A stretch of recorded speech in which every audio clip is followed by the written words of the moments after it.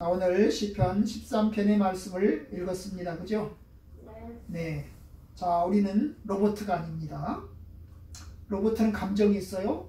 감정 없습니다.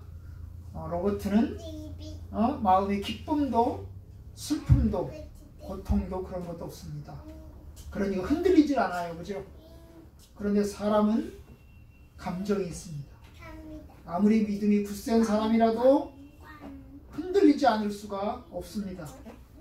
우리는 유혹에 약해서 흔들리고 넘어집니다. 여러 가지 압박에 스트레스를 받고 또 감정의 변화도 겪습니다.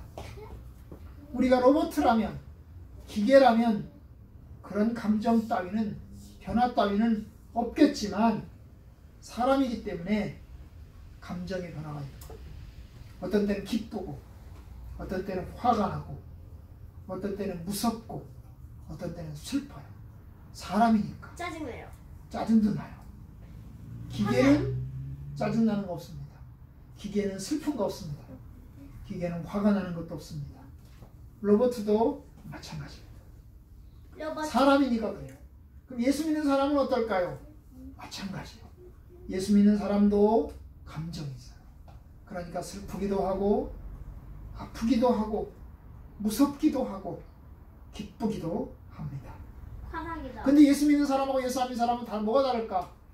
예수 믿는 사람은 그 감정을 가지고 기도를 합니다.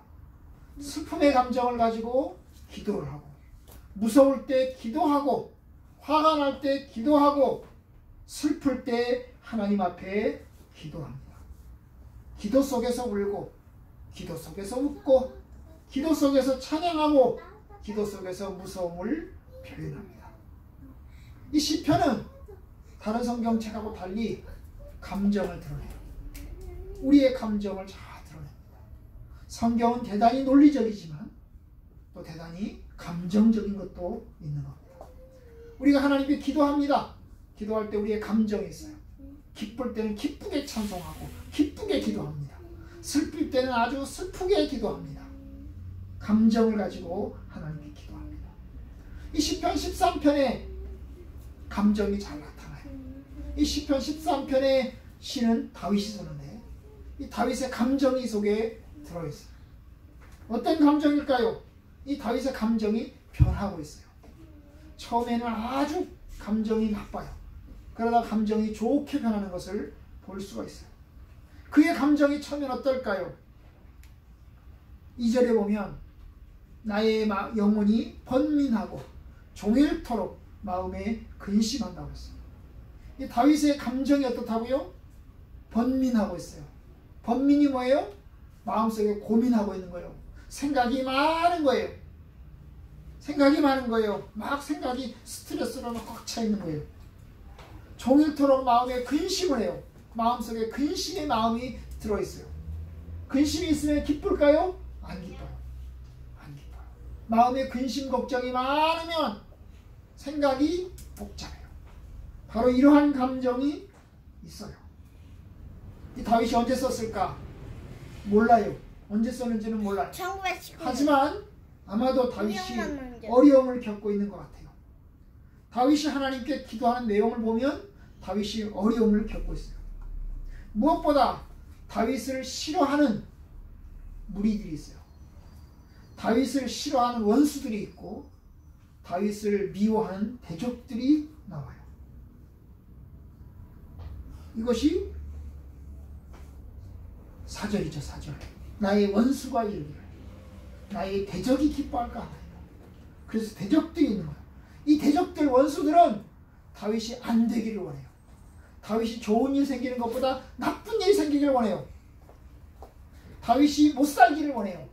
다윗이 빨리 죽기를 원해요. 다윗이 아프기를 원해요. 다윗이 더 스트레스를 많이 받기를 원해요. 다윗이 지기를 원해요. 참 다윗을 싫어하는 사람. 다윗이 나쁜 놈인가요? 다윗이 나쁜 사람인가요? 아니요. 그렇지 않아요. 나쁜 사람이 아닌데도 불구하고 다윗을 싫어하는 거예요. 우리가요, 모든 사람이 우리를 좋아하지 않아요. 우리를 싫어하는 사람들도 있고요. 우리랑 안 놀려고 하는 사람들도 있고요.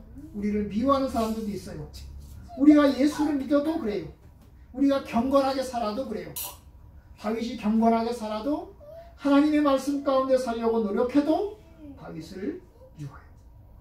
아마 오늘 시편에 보면 사람들이 다윗이 빨리 죽기를 원하고 있어요. 빨리 죽기를 원해요. 빨리 죽어라. 저는 다윗이 빨리 죽어버렸으면 좋겠다.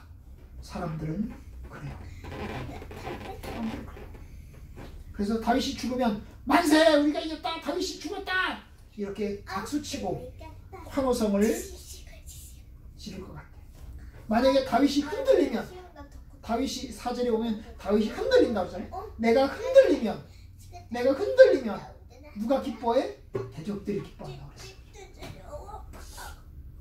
참 이게 다윗이 당한 거예요. 바로 앞에는 원수들 대적들이 있어요. 대적들이 다윗을 지켜보고 있어요. 저놈 다윗이 어려운 일이나 좋은 일이나 보자. 좋은 일이 있으면 안 되고 나쁜 일이 생겼으면 좋겠어. 다윗 빨리 죽었으면 좋겠어. 이러면서 다윗을 미워하고 있어요. 다윗도 아픈 것 같아요. 오늘 본문에 잘 나타나 있지 않지만 다윗이 조금 아픈 것 같아요. 다윗이 죽음의 병에 걸린 것 같아요. 그래서 걱정하는 거예요. 상대방이 내가 죽기를 기다리고 있는데 나는 아파요. 내가 죽을 것 같아요. 왜 그런 말을 하죠?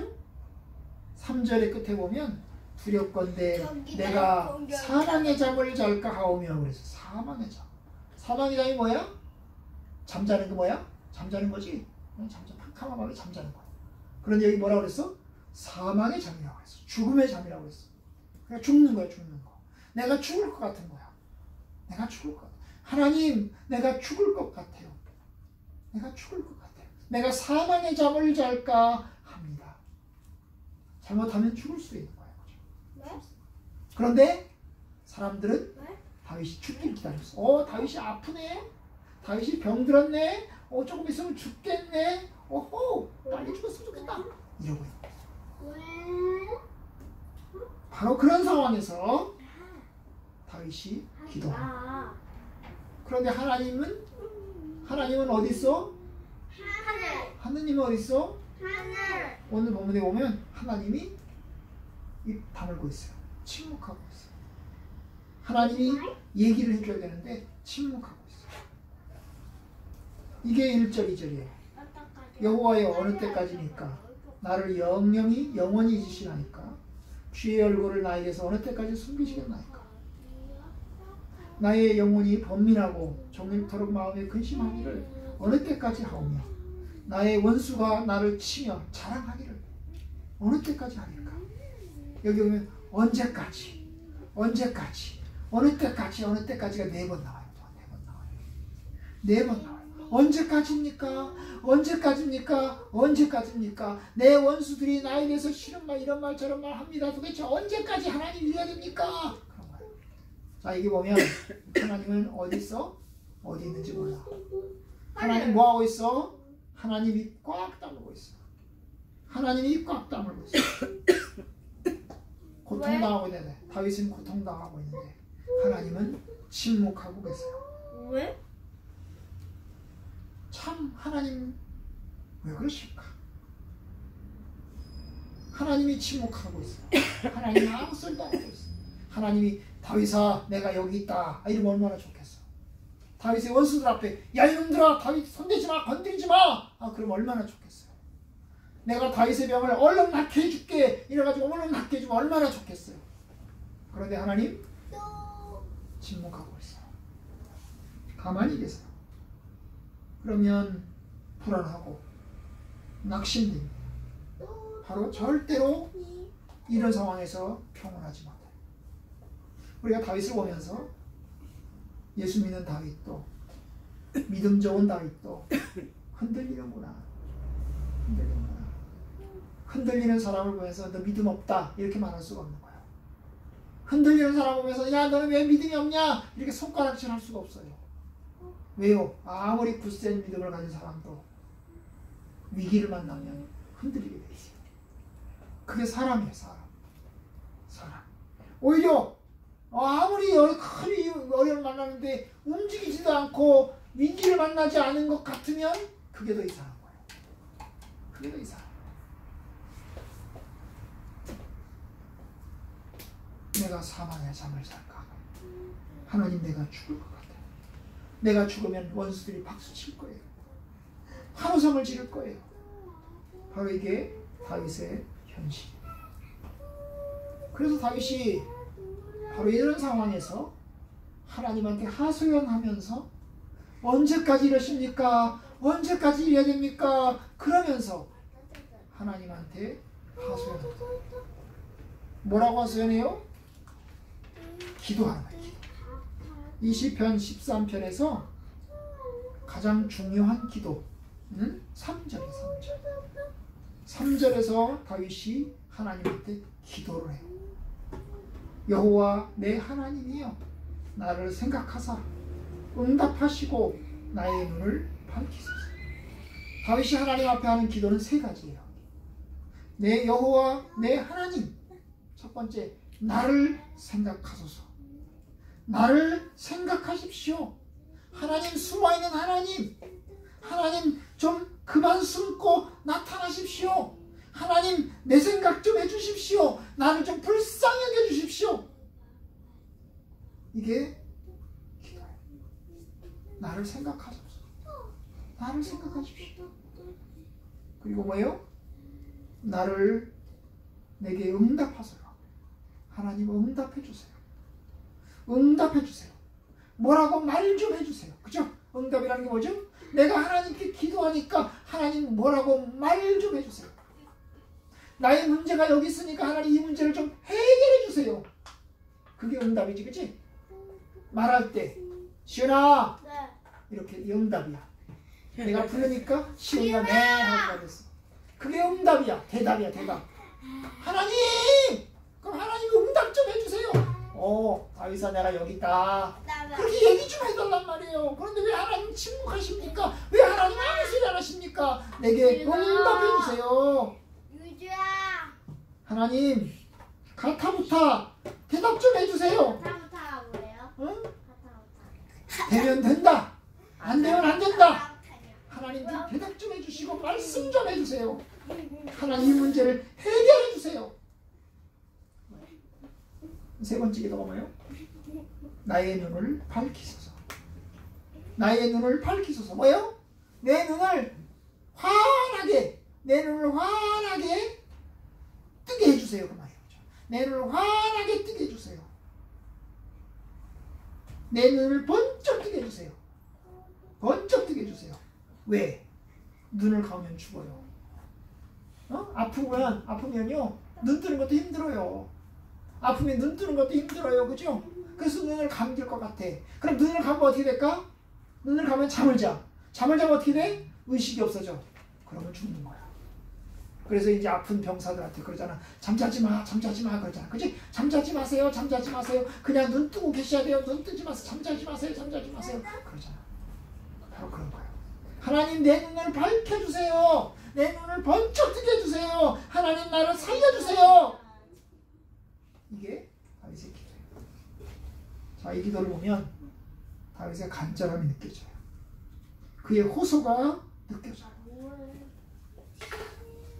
우리도 이런 때 이렇게 기도하는 거예요. 그렇죠?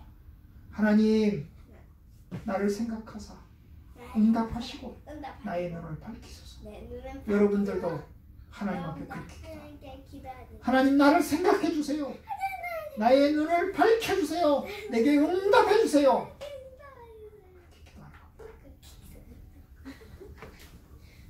자, 시편 13편에 이렇게 다윗이 기도를 했는데 하나님 응답해 주셨는지는 잘 몰라요. 그런데 이제 응답해 주신 것 같아요. 왜냐하면 5절, 6절로 가면서 마음의 변화가 좀 있어요. 5절 봅시다. 나는 오직 주의 사랑을 의지하여 싸우니 나의 마음은 주의 구원을 기뻐하리로다. 자, 5절에 와서 그의 마음이 지금 달라지고 있어요. 그의 감정이 달라지고 있어요. 번민하고 근심하던 마음이 어떻게 해요? 하나님을 의지하고 기뻐하고 있어요. 오직 나는 주의 사랑을 의지하고 그리고 나의 마음은 주의 구원을 기뻐하리라. 5절하고 4절하고 5절 사이에 시간의 차이가 좀 있을까요? 하나님의 응답이 있었을까요? 아니면 여전히 응답이 없는 중에 그의 마음이 변하고 있을까요? 잘 모르겠어요. 상황이 변하지 않는데, 상황은 변하지 않는데 만약에 마음만 변한다면 기도하는 중에 번민과 불안이 물러가고 하나님의 사랑을 느끼는 거죠. 기도하면 우리의 마음에 달라져요. 기도하면 힘이 나요. 기도하면 불안이 물러가요. 번민이 물러가요. 그래서 이제 문제는 여전히 있지만 하나님의 구원을 확신하고 또 기뻐할 수 있어요. 이게 기도의 축복입니다. 기도 안 하면 계속 번민하고 계속 우울한데 기도하면 그 번민이 사라지고 하나님께서 내 기도를 들으셨다고 하는 확신이 들기 시작합니다. 그러면서 이제 기쁨이 찾아오는 거죠. 근데 6절은 한 발짝 더 나갔어요. 6절은요 5절보다 더 나갔어요. 내가 여호와를 찬송하리니 이는 주께서 내게 은덕을 베푸시미로다. 기쁨에서 더 나가서 찬송으로 가고 있어요. 내가 여호와를 찬송하겠습니다. 왜요? 하나님께서 내게 은덕을 베풀어 주셨습니다.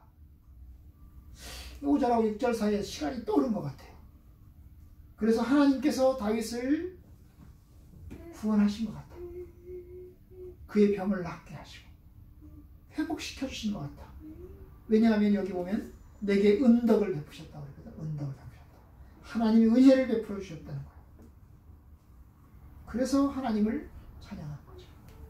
만약에 하나님께서 다윗에게 은혜를 베풀어 주셔서 다윗의 병을 낫게 해주셨다면 당연히 하나님을 찬송하는 것은 당연한 거죠. 당연한 거죠. 근데 사실 여기에는 그게 잘 드러나 있지 않아요. 그냥 상황은 변하지 않았는데 그의 마음속에 하나님께서 은혜를 베풀어 주셨다는 확신이 들면서 그래서 하나님을 찬양하는 것인지 확실치가 않아요. 그건 저도 잘 모르겠어요. 응? 잘 모르겠어요. 하나님께서 다윗을 사랑하셔서 다윗의 마음속에 이런 마음을 주신 것을 참 기뻐합니다. 기뻐하는 마음, 찬송하는 마음을 허락해 주셨습니다. 번민에서 시작해서 근심에서 시작해서 온갖 스트레스와 좌절과 낭망 속에서 시작해서 흔들리는 마음에서 시작해서 이제 담대한 마음으로 기쁨의 마음으로 찬송의 마음으로 이제 그가 바뀌었습니다. 우리의 기도도 역시 이처럼 하나님의 은혜와 은총을 통해서 우리의 마음을 잘 다스리고 그리고 찬양하는 그런 마음, 그런 감정 속에서 살기를 바랍니다. 예수님을 믿으면서 예수님께서 우리를 구원하시고 우리의 기도를 들으셔서 하나님께서 해결하시고 응답해 주셔서 그래서 주님을 찬양하는 삶으로도 나타나길 원합니다. 그것이 하나님의 약속이고 이것이 우리의 믿음의 선배들의 고백이었습니다. 이 시편 13편은 개인적으로는 다윗의 시였는데 나중에는 이것이 사람들의 시로 바뀌었죠. 사람들의 기도로 바뀌었습니다. 사람들도 이 시편 13편을 읽으면서 힘을 얻고 위로를 얻고 즐거움을 얻고 하나님을 찬송합니다. 우울에서 시작해서 기쁨으로 번민에서 시작해서 하나님을 찬송함으로 나타날 겁니다. 저와 여러분들에게 시편 13편과 같은 축복과 은혜가 있기를 진심으로 축원합니다.